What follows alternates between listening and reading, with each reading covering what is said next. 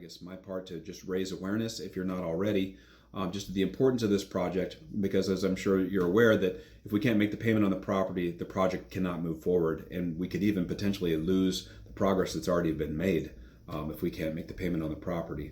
So there was something I'd come across here that I wanted to share with you. It's from our Holy Father St. Francis. He says, "There's a contract between the world and the friars. They owe a good example to the world, and the world must provide them with what is necessary. When they fraudulently hold back the good example, the world in just rebuke withholds its hand."